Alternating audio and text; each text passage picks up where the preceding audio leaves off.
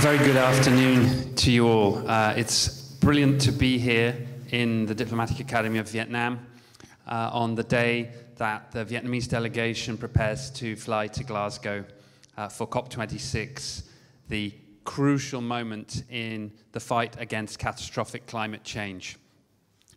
And I see that in this room and maybe online, the average age of the audience is quite a bit younger than me.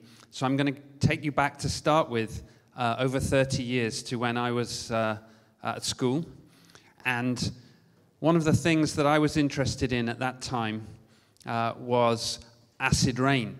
And I would go on trips to take the pH level, the acidity level of water in the rivers in North Wales, near where I lived. And at that time, we were very worried because sulfur dioxide was coming into the atmosphere and nitrogen dioxide from fossil fuel burning, and it was causing a change in the acidity of the water and killing the fish and killing nature. This is 30 years ago, and some measures were taken, and that problem is now under control, although it's going to take many decades for the levels of the acidity in the water to return to a more normal level. But 30 years ago, no one was talking about carbon dioxide. We were talking about sulfur dioxide. And yet, today, we know, and science has shown us, that it's carbon dioxide and methane which are even more dangerous to the future of our planet. We know that the world is warming. We know that compared to pre-industrial times, the world has already got, on average, about 1 or 1.2 degrees warmer. And we know that this global warming is causing big problems for humanity, and we can see them already. And so I've been in Vietnam for 3 years, and I've managed to travel around and see with my own eyes what's happening. In the Mekong Delta, there is saline intrusion. The seawater is coming up the delta much further than it ever used to. And the water in the Mekong Delta used to become saline for 1 month a year, and now it's becoming saline for longer, for 2, 3, 4 months a year. And this is damaging agriculture and livelihoods. And I've been to central Vietnam last year when there were large extreme weather events. There were floods and storms in the center, and the level of flooding was higher than anyone could remember. I was speaking to a grandmother, an old lady in her house, and she showed me on the wall the level to which the floods had come, and it was way above her head.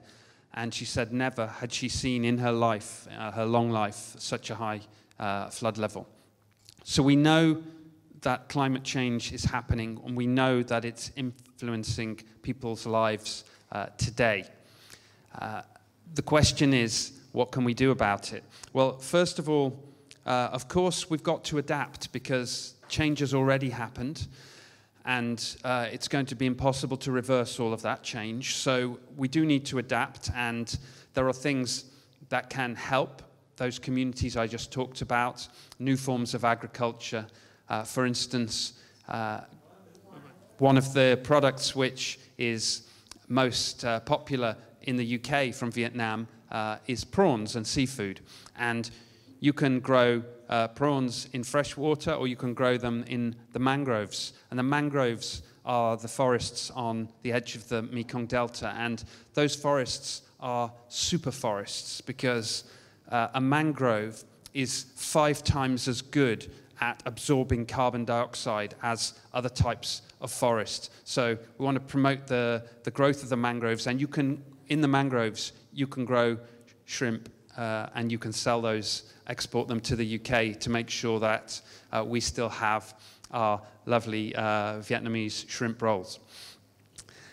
And I think we need to remember that some parts of the world, like Vietnam, are particularly vulnerable because you have a long coastline. 50% of your population is living in low-lying coastal areas. That's the highest level of anywhere in Southeast Asia.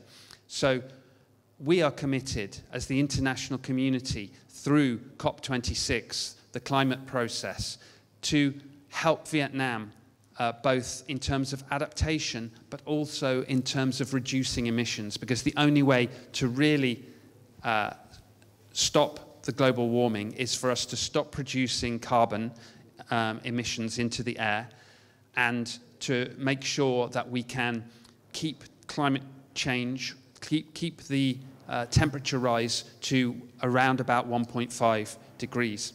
And I can tell you another story from my childhood. I come from a part of Britain that was where the Industrial Revolution started. So we know, and for hundreds of years we have been burning coal, and we know that we have that responsibility for those historic carbon emissions. But since we realized what the challenge of carbon dioxide is, we have started to move away from coal. And near me, I would climb to the top of a mountain near my house every few months, and you could see a big coal-fired power station in the distance with 4 huge cooling towers.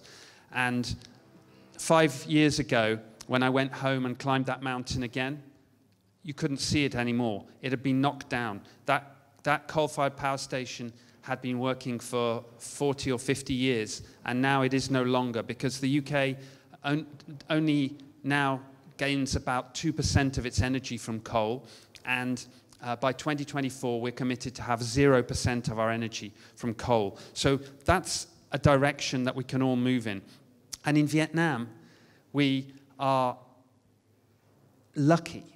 There's a positive story here which is going to drive the way forward, and that is not only are you exposed to climate change, but you have the resources to prevent climate change.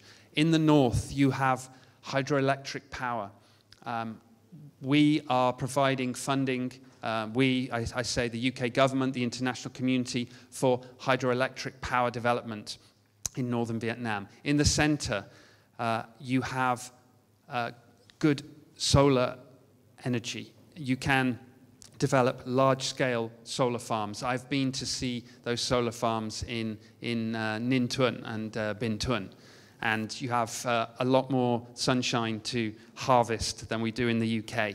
And then in the south, in Soc Trang and in other places along the coastline, you have incredible offshore wind potential, and that's something which the UK is particularly keen on promoting, because we are developing our offshore wind fast, and that's the way that we are substituting for dirty energy. We're substituting green energy. So let me return back to this big moment that we now have an opportunity to change the direction of the world, and that's COP26. And from tomorrow, 130 leaders from all around the world will be coming to make commitments to reduce their emissions, to do more on adaptation, to provide finance to help developing countries to adapt and to change into the green economy, and also to sign the rules to make sure that we're all working to the same understanding and rules. But there's no way that those leaders would be going to COP with any ambition if it wasn't for the demand that's coming from the public, from the younger generation, and from consumers.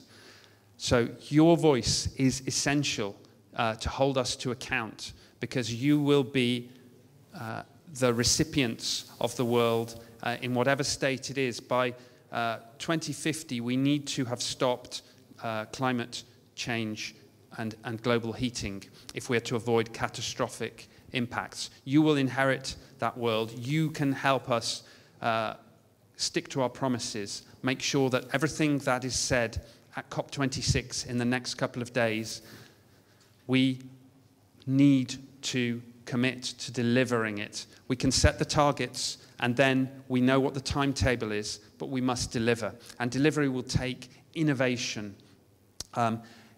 I want, when I come back to Vietnam in 10 years or in 20 years, I'll be retired by then, I'm sure, so I shall want a nice holiday.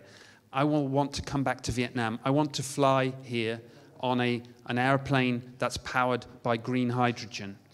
And I want to travel around on an electric bicycle, and I want the air quality to be clean and pure, and I want the water quality to be pure, and I want to see turbines offshore generating the energy that you need for a successful and developing rich society where you have interesting jobs in the green economy, and where your country, with its massive biodiversity and its incredible forests and nature, is a jewel for people from all around the world to come and see. So that's my hope and my vision. And in 20 years' time, I'll be back, and I'll be seeing some of you as the future leaders here in Vietnam, making sure that that is a reality. So, thank you very much. This is the start of the most important journey for all of us in the next 30 years, and we have to walk along that journey together. Thank you very much.